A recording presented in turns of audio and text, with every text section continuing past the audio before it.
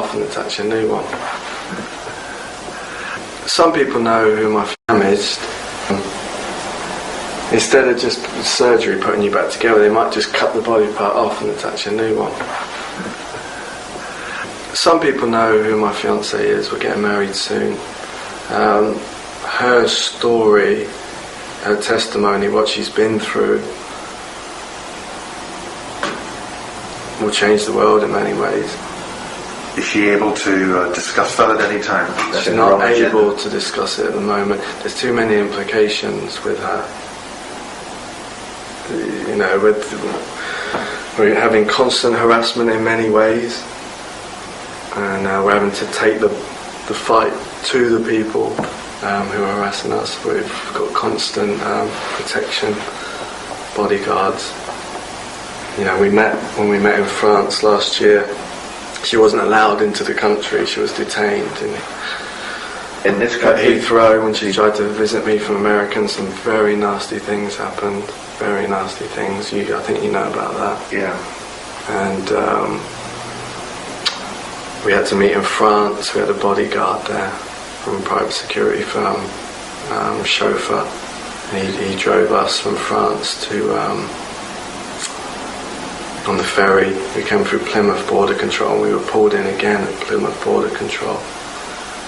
And the two MI5 officers turned up, posing as police officers, and said they're questioning me under some anti-terrorism act. They gave me the leaflet, 2006 Anti-Terrorism Act. Said if I didn't answer their question, they were going to arrest me. The woman who questioned me looked very much like Stella Rimington, ex-head of MI5. Yeah. And when we came back from America recently, Director Bonner was at the airport. Director Bonner, Alfred Bonner from MI6. Was up there to make sure you got through okay? He was there. We got through okay, but he was there just at the end, just showing his face. Just to like the cavalry's there. Yeah.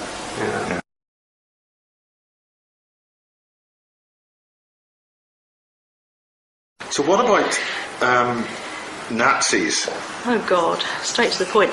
I'm interested in the fact that many moons ago, in my more young and enthusiastic days, I supposedly, allegedly channeled, and that's the only way I can put it, a whole load of information which seems to be coming true, or at least certainly becoming more mainstream.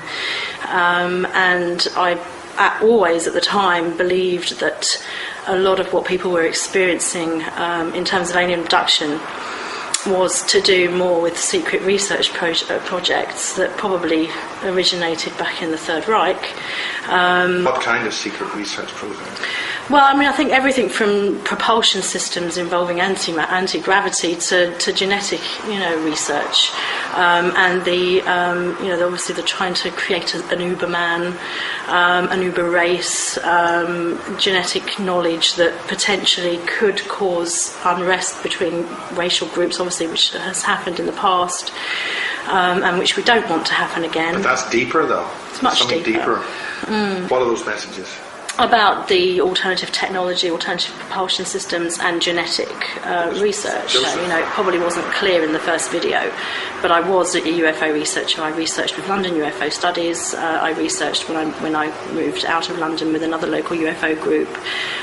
So I came at it from things that had happened to me. Obviously, got me into UFO research.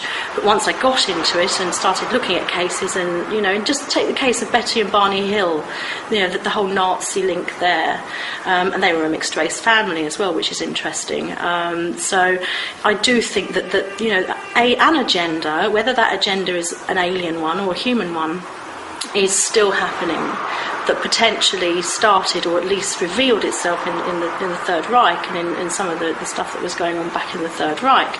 Now, whether or not, as some people allege, that links back to different alien groups seeding different bloodlines on Earth is anyone's guess. As some people allege the Nazis believed they were.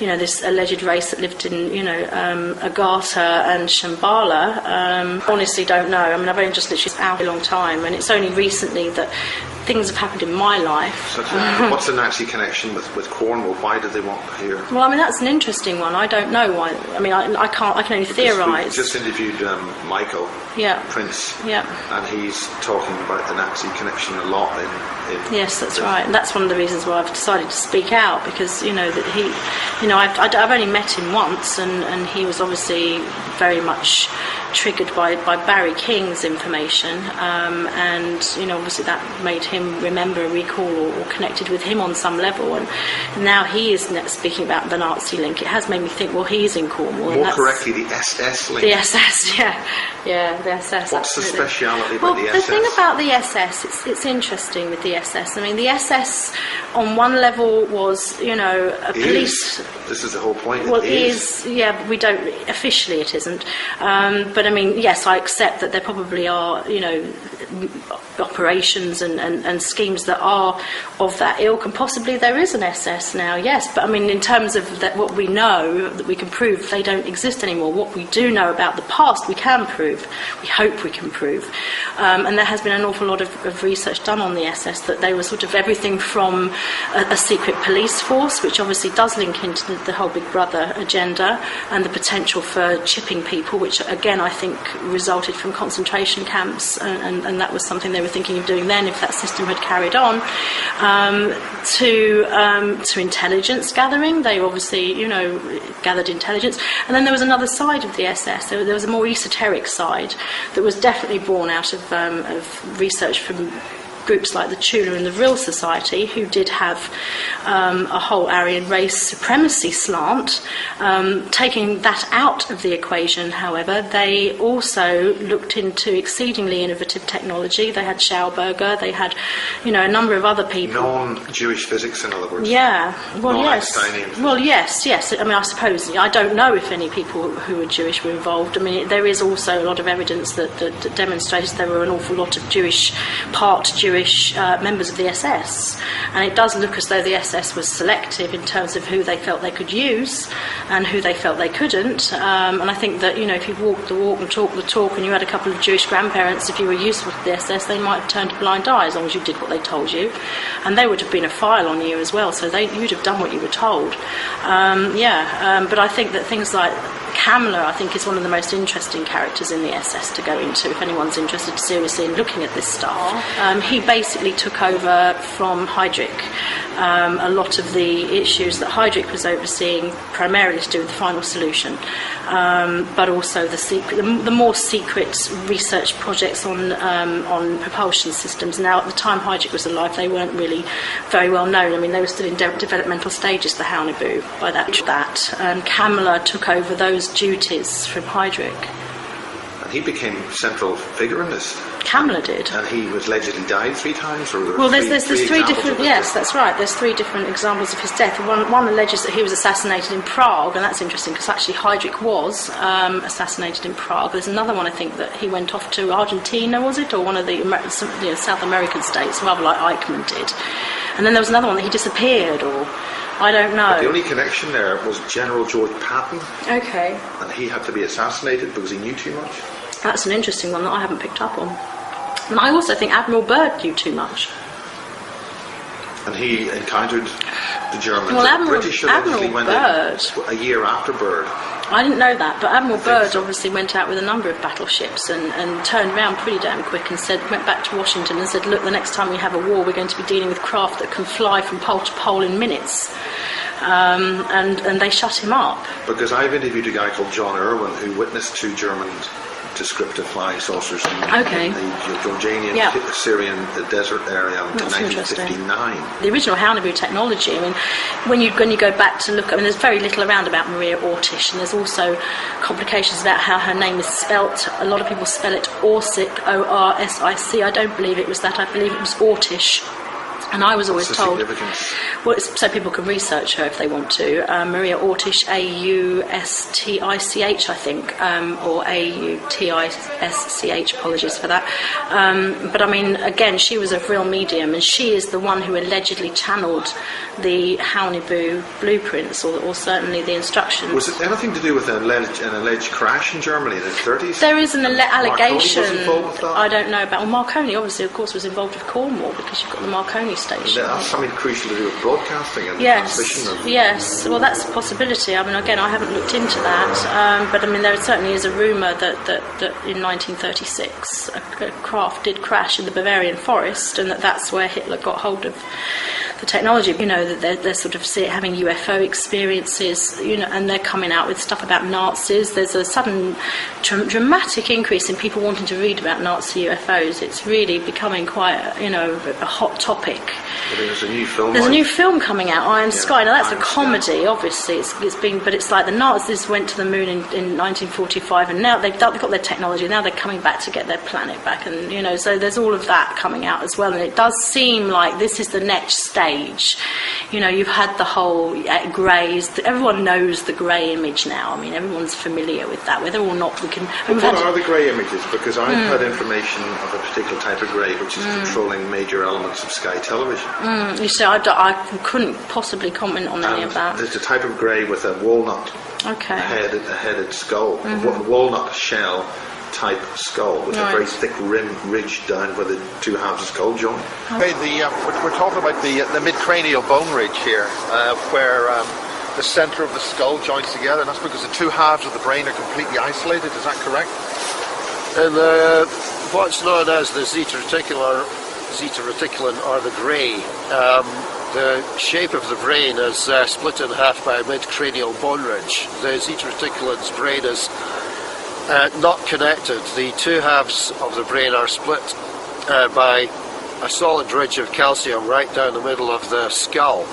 And it's interesting that a couple of years after being told that, Puerto Rican drawing, because I read the Spanish language, and I started subscribing to a Spanish language magazine from Puerto Rico, and one of the UFO witnesses drew an alien grey as having a mid-cranial bone ridge, a quite distinct line down the middle of the head to make sure he conveyed what he had seen. So it's a very interesting correspondence there. I do think Jorge Martin's Evidencia OVNI is a very useful reservoir of information for people who want to get supportive data, albeit it is in Spanish. Nevertheless, for people to see exactly the same thing on a highly isolated island out in the middle of the Atlantic Ocean is surely quite strange. But with regards to Ron, I mean, I'm fascinated in Ron. So what happened to Ron? What happened to Ron? Well, I mean, that's a really interesting question. What was Ron? What did he do? What did Ron do? I met Ron when I started a UFO special interest group with Mensa, when I was a member of Mensa. And I wanted to get people with brain power to look at the situation. And for a while it happened, and Ron was one of the ones that offered to help me run the newsletter. Now, Ron lived quite locally to me. This was in North London. This is all I know of Ron. He originally ran an esoteric bookshop in Highbury, in Islington. I don't know when he closed that, but he was a Crowleyite. He believed very much in Aleister Crowley. He was also an amateur radio enthusiast and very skilled with that, and was very big into sort of finding. I mean, you know more about this than me because I'm not a radio buff at all. But scalar wave. Yeah. Over the horizon, woodpecker signal, which we filmed all those years ago, it shot before he died. That's right, and he was starting to come out with this stuff and starting to really talk about it. And he had an interesting background, and actually the thing that this is interesting that we bring Ron up, because it is down to Ron. This started with me. I wanted to find out if I had been abducted. by a UFO, because I was having all these experiences and dreams and what have you that led to my becoming quite over-enthusiastic and probably making a total idiot of myself. But that's just how things worked out. And I said to Ron, you really have got to help me find out what's going on. So he said, look, I'll hypnotise you. Yes, I said, I don't mind you doing that, because I trusted him, and he hypnotised me, and all I did was come out with stuff about Hitler. I just came out with all this stuff about Hitler and the SS, and I don't remember all of it because he didn't record it. He didn't write it all down, but he got extremely engrossed in what I was saying. And it wasn't that night, but it was a few weeks later where he actually told me that he'd looked into some of what I'd said. And he had this little sort of esoteric book that came from Germany, and it was all in German, and I don't understand German, but I understood enough to know that what he was pointing out to me was true, and as he was reading and translating it to me, that, it was from what my limited knowledge of German, and it certainly looked as though a lot of what I had alleged about the kind of experiences Hitler had, Can you say what those were? Well, yeah, I mean, I can't prove or disprove this, but I can throw it out there and somebody else might know, that Hitler had visitations in the night from tall blonde beings, that Hitler was basically in a nightmare state, that he was completely at fever pitch by this, and it completely engulfed him, and he had all these really kind of strange beliefs about being chosen to do something in particular and to bring in this new world and all of that with this alternative technology, free energy, all of that kind of stuff, and that's basically what it was. And because the first question, that Ron had asked me was, can you tell me, what's happened to you in terms of UFOs, and and do you have any sort of recall about having an experience with a UFO? And I laughed and said, no, well, they're not going to bother with me because I know too much about it anyway, and just proceeded to talk about Hitler and the SS. And what was talking about Hitler and the SS? Well, it was basically saying that most UFOs weren't even alien. They're not going to bother abducting somebody who was involved back then and who knew what was going on. And I didn't make the connection. I just... We're referring to Nazi flying saucers. We're referring to the Haunibu and the Vril Society in the Tula, which I knew very little about in those days. You're talking 1994. There was very little about any of that. I think the video Secrets of the Third Reich, UFO Secrets of the Third Reich, came out around the time. I think. Yeah, I think he was around already. And Michael Hesseman. Yeah, but I mean, it was only literally, I hadn't seen it at that point, because it was after that I went and bought it when I saw it. So yeah, but yeah, it was just basically that. And then, of course, Ron and I, being, that we were very interested in the situation anyway, we just used to sort of talk about stuff that went on back in the war. And he felt... What stuff that went on in the war? Well, with the Final Solution mainly. And again, I didn't really see... What was the purpose of the Final Solution?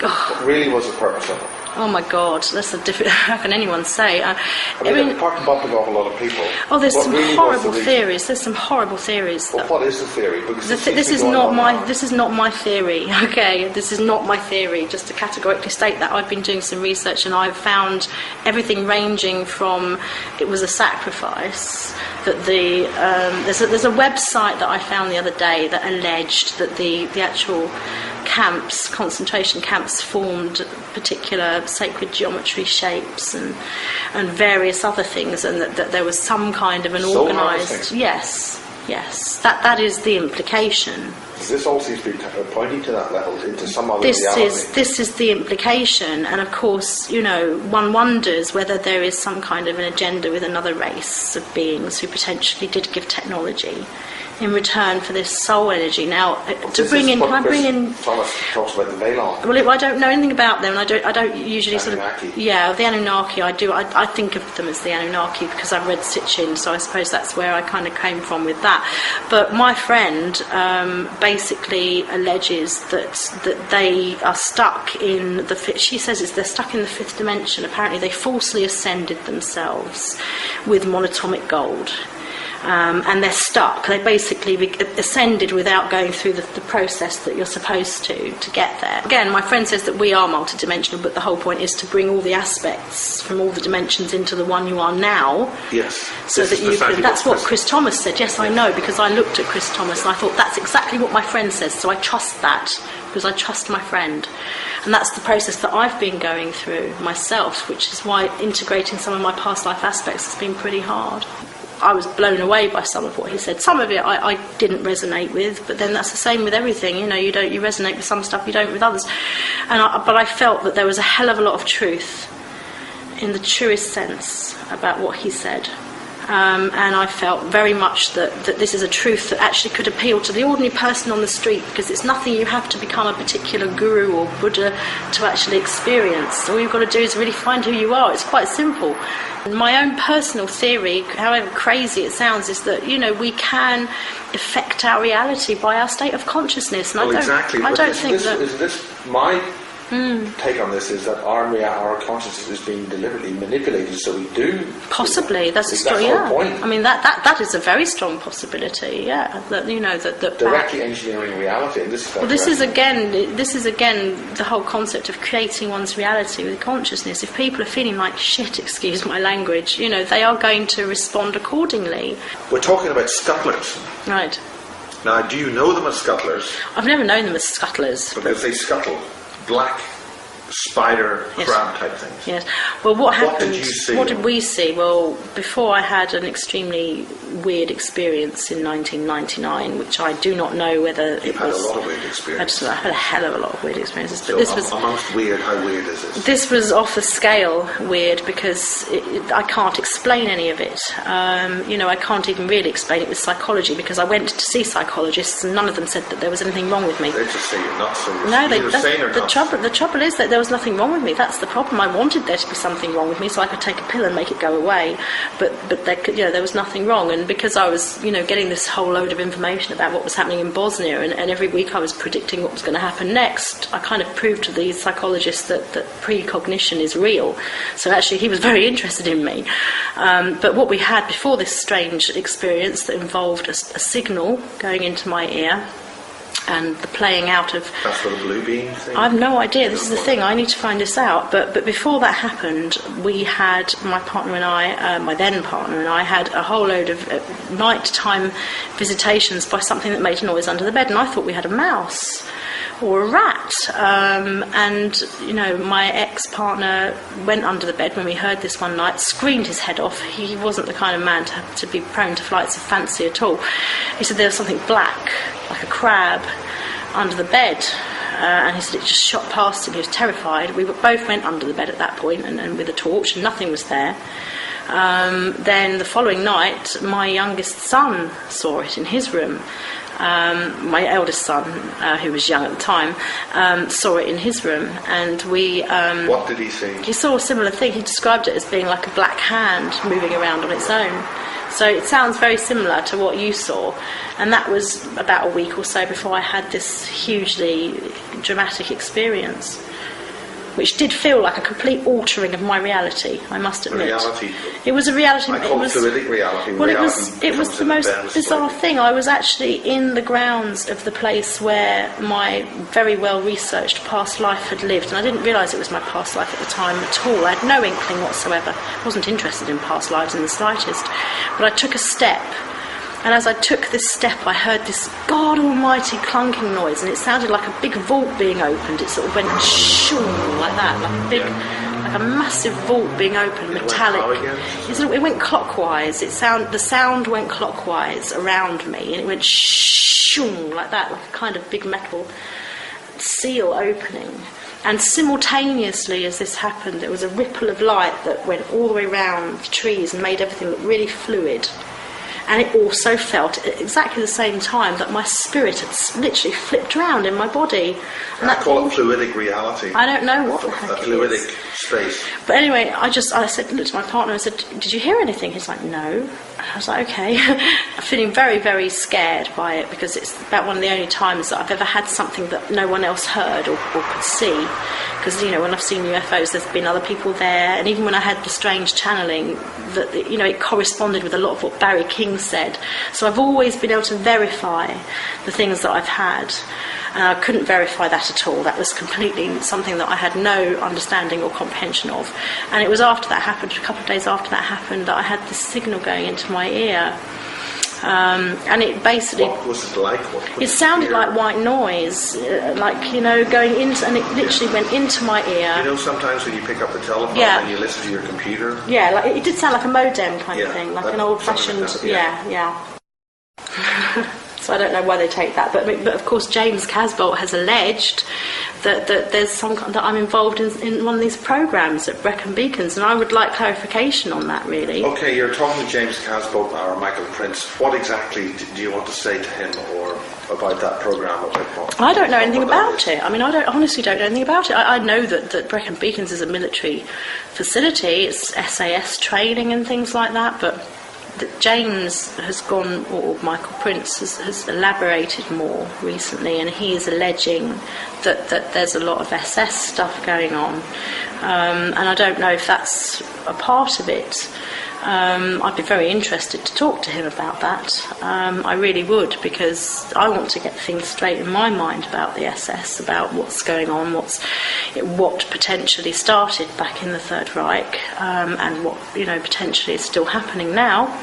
So that's something I would be very interested to talk to him about. But he has alleged that there is a clone of me.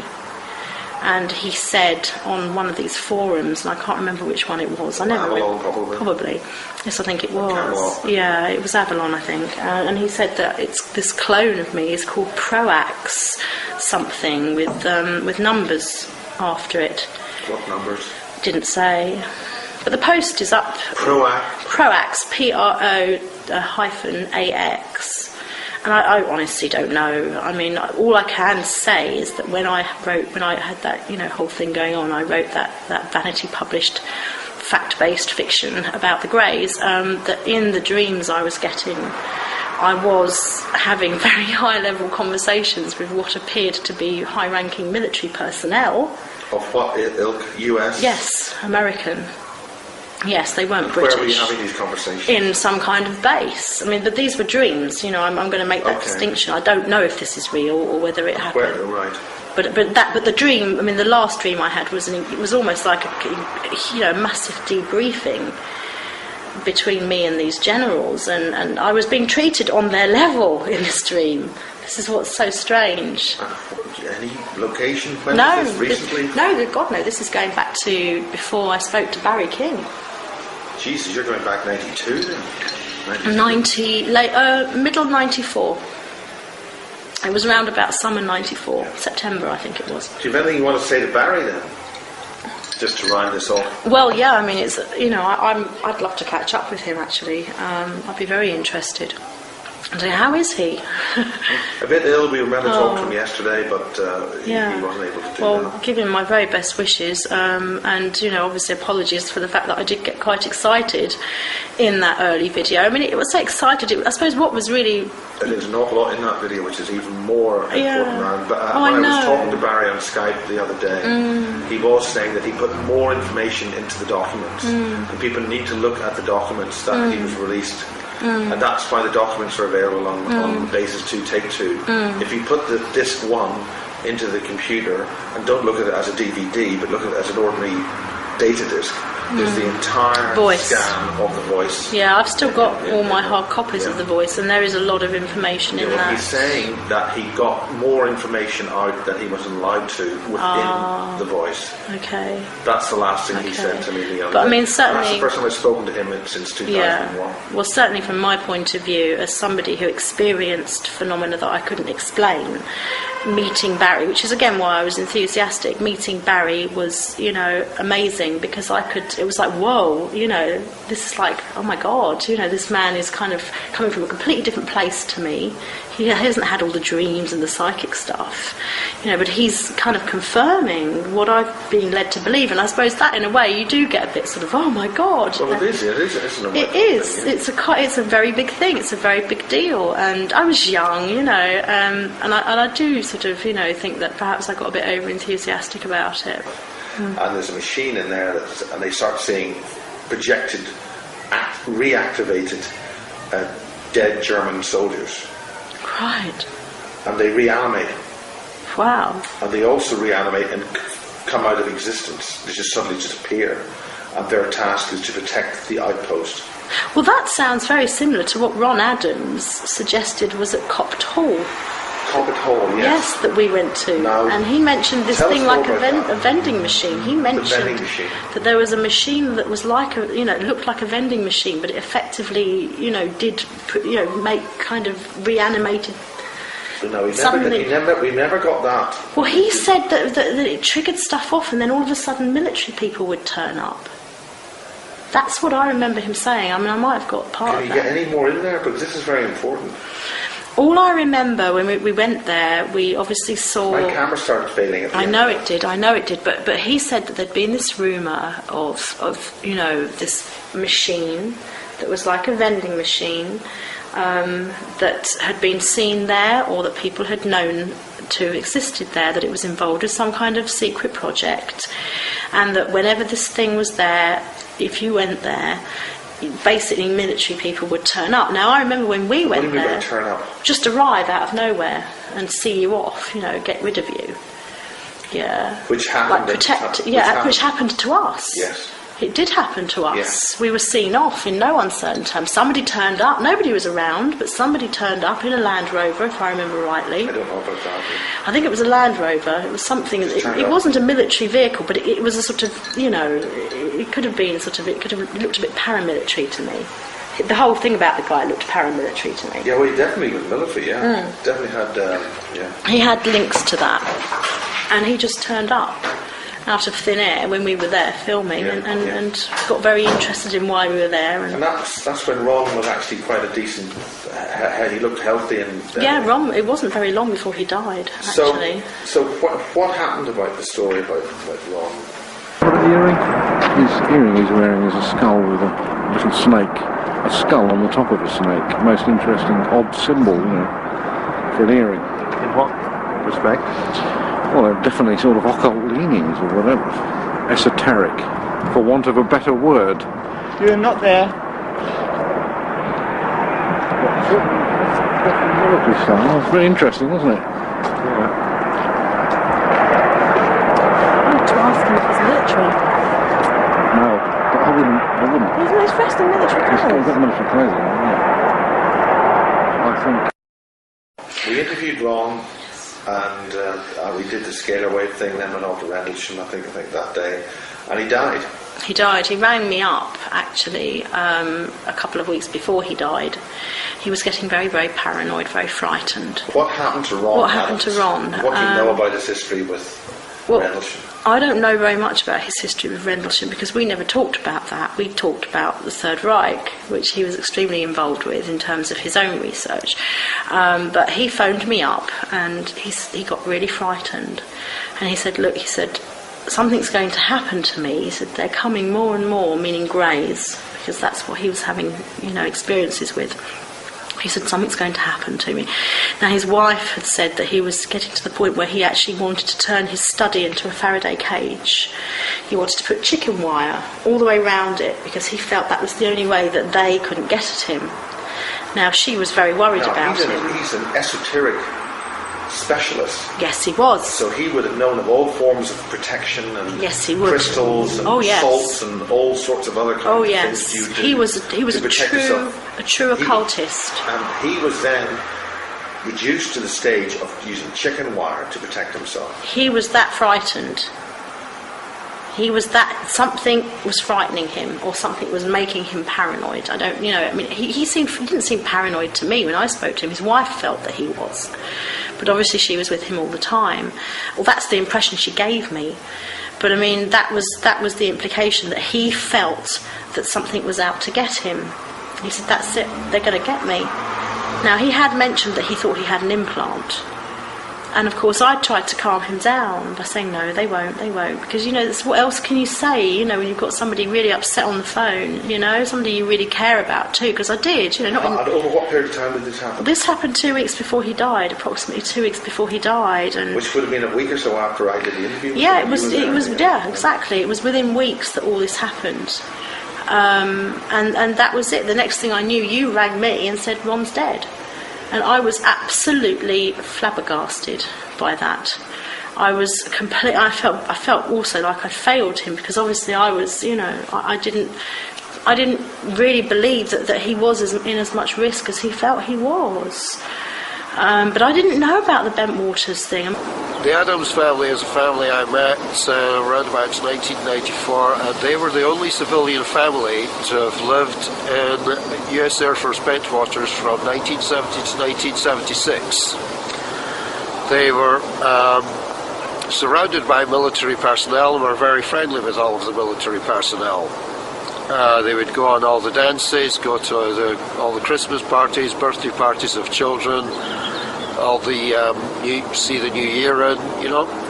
So from 1970 to 1976, they left in 1976, and Ron started running a bookshop in Highbury in London. The shop was just a kind of supernatural orientation type of bookshop in Highbury, and Ron kept it going. But I would think that the most important thing about the whole family is that Ron, his wife, his two sons and a daughter-in-law all believed that while during any stay at US Air Force Bentwaters, they were abducted by aliens. The whole family, the whole lot. I talked to the wife, I talked to Ron the father, I talked to one of the sons, and the son indeed, whose name I can't remember, was very traumatized and had an instantaneous fear of terror of spiders. I think it was the younger of the two sons. He was the only one that I met when I was at Ron's in Chase Road in 1984, but he was very traumatized looking. In my opinion, he had a sudden fear of spiders, as I said, after abduction, which is like another abductee in Edinburgh that I've met. Saw a UFO in the sky, all of a sudden whole life he's had an absolute terror of spiders. So to get on to the family living away from US Air Force Bentwaters from 1976 to 1980, they carried on their connection with US Air Force Bentwaters personnel socially, so they carried on going to all the birthday parties and all that. So I would say it's also interesting that the daughter-in-law, to obviously betrothed to one of Ron Adams' sons, coming from a completely different family, also stated that she thought she'd had incredible experiences whilst staying overnight in US Air Force Bentwaters. She believed that aliens had come through the walls and ran round her bed. And that was very similar to what Ron Adams' wife was talking about, whom I did speak to personally. But I don't really see why two completely separate families should be wanting to claim the same thing, which is utterly fantastic to us then, you know, right now, even in 2010, sounds too unbelievable, too difficult to believe. No, Ron certainly was being abducted a hell of a lot, and it worried him enough to try to put the Greys off abducting him by smoking a lot. He would say to me that he was smoking just simply to put the Greys off, to pollute his blood deliberately and make his blood useless to the Greys. So he definitely had this picture, which I'd been told about a couple of years before by another source who was MI5 connected, and Ron was smoking pretty badly and dangerously, just simply in terror of being abducted by the Greys. So we're a little bit suspicious that Ron's death at the age of 65, while recorded as being of a heart attack, does relate to his being abducted by the aliens. Not beyond the kind of conversations we'd all had together, because when we met privately to do the newsletter, we always ended up talking about the SS. It was bizarre. We would talk about everything from the ovens at Auschwitz to the sort of the Haunibu, which, you know, obviously we knew that they had flying discs. Yeah, we didn't mention Bell. That didn't come up at all. But I mean, it was like, yes, we both believed the Nazis had these machines, and that, you know, these Foo Fighters were connected and things like that.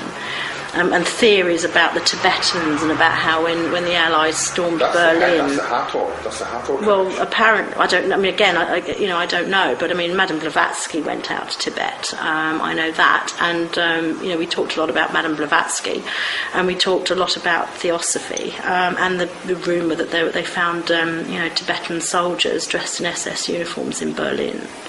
And again, this is kind of flaky stuff. You can't really verify a lot of it, you know. I mean, but I mean, it is an interesting thing, we did used to spend quite a long time talking about stuff like that, and was it true? You know, we sort of both felt that it probably was, and we both felt that there was a hell of a lot more than meets the eye about the whole SS situation, and that it all goes back there. It always felt like it all went back to the SS. It really did. But, you know, then, I mean, I think he did imply to me that he, because he was obviously a lot older than me, and I think he was born in the late 40s. So it's possible he could have been a reincarnated person from that era. It is possible, whether or not I'm sure he mentioned something like that once, but I can't be certain. But I know that he's come back into our consciousness and our topic of conversation now in the same way as some other people.